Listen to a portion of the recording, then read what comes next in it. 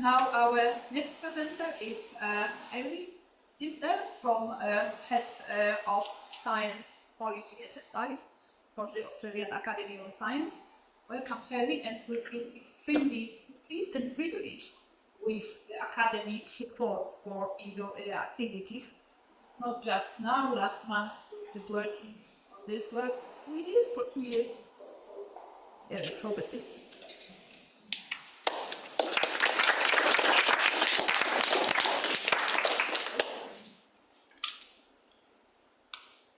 Light.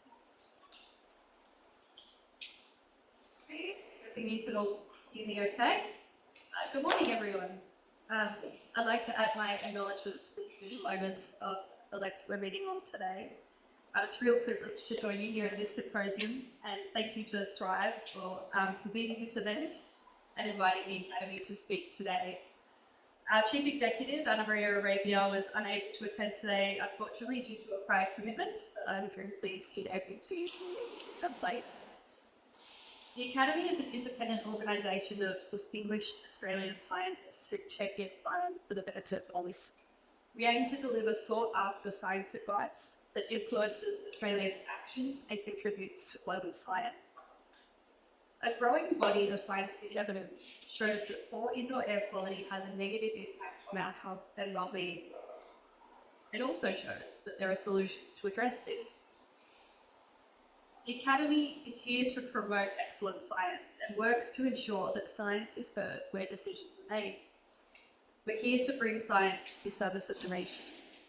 Recognising this, the Academy has actively coordinated engagements, particularly between our Academy Fellow, Lydia Varalston, and key decision makers, including our Chief Executive, being President of the meeting with the Prime Minister that Lydia referred to earlier. These meetings have provided an invaluable opportunity to raise awareness of indoor air quality in Parliament. As part of the Academy's outreach on the topic, we advocated for the need for an independent report providing scientific advice on indoor air quality. The Academy's engagement at Parliament House, in particular a meeting with Assistant Minister Jeff Kearney, led to the National Science and Technology Council commissioning a report on the impact of indoor air quality on viral transmission. Earlier this year, the Academy partnered with CSIRO and the Burnett Institute to host a high-profile event on the science of indoor air quality at Parliament House. This forum brought together researchers and policymakers for presentations on the science of indoor air quality and international indoor air quality initiatives to foster collaboration and build momentum for national action. Building on the underpinning science, it is necessary that we provide actionable science advice, or irresistible advice perhaps, to support the implementation of clean indoor air solutions. The Academy is currently preparing a report synthesising the latest science on indoor air quality so that it is actionable evidence for policymakers. We hope that our report will be a valuable tool for future engagement with policy audiences. This report draws on contributions from leading experts, including some that are here today, to provide clear and actionable recommendations. It will address Australia's unique policy context while considering international best practices.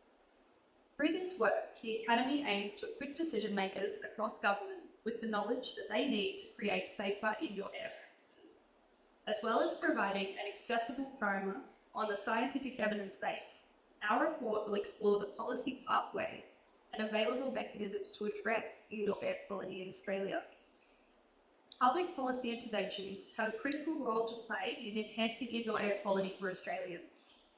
They will be required to address critical gaps in how indoor air quality is managed in Australia, including the absence of enforceable performance standards for indoor air quality. However, policymaking for indoor air quality is challenging. It's multi-jurisdictional and multi-portfolio, which makes it very difficult. Responsibility of regulatory levers to manage indoor air quality are distributed across federal, state and territory governments, and policy related to indoor air quality spans several portfolios. But nevertheless, there are several potential policy pathways for improving indoor air quality in Australia. So we must not let the complexity of the policy challenge distract from the clarity of the scientific evidence. The policy pathways that will be explored in our report focus on mechanisms available to the Australian Government that can be pursued concurrently. The mechanisms we've explored span the following themes: supporting evidence-based decision-making, developing Australian indoor air quality guidelines, establishing and enforcing indoor air quality standards, leveraging existing outdoor air mechanisms, recognising obligations to safety and equity, incentivising industry improvements through voluntary rating schemes, and enhancing public awareness and engagement. Identifying the best pathways to follow and mechanisms to leverage to improve indoor air quality in Australia will require input from a diverse range of experts. Because indoor air quality is such a multidisciplinary challenge, it requires coordinated knowledge and expertise across disciplines, a key role for Australia's learned academies like the Academy of Science. We would really welcome the opportunity to hear from you and discuss other ideas we should explore in our examination of policy pathways for indoor air quality in Australia. So please come and say hello to me or my colleague Alex here in the bus later if you'd like to discuss any of these ideas further.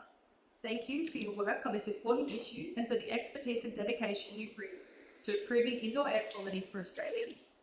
The Academy looks forward to continuing our shared efforts to communicate the scientific evidence base and translate it into solutions. Thank you.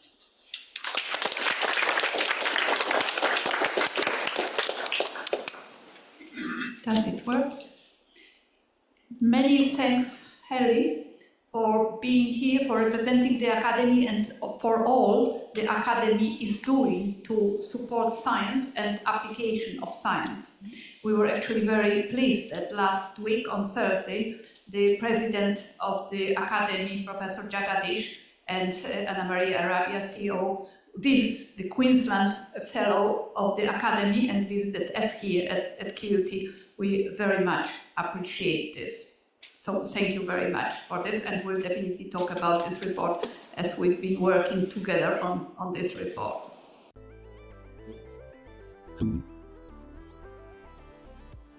Yeah.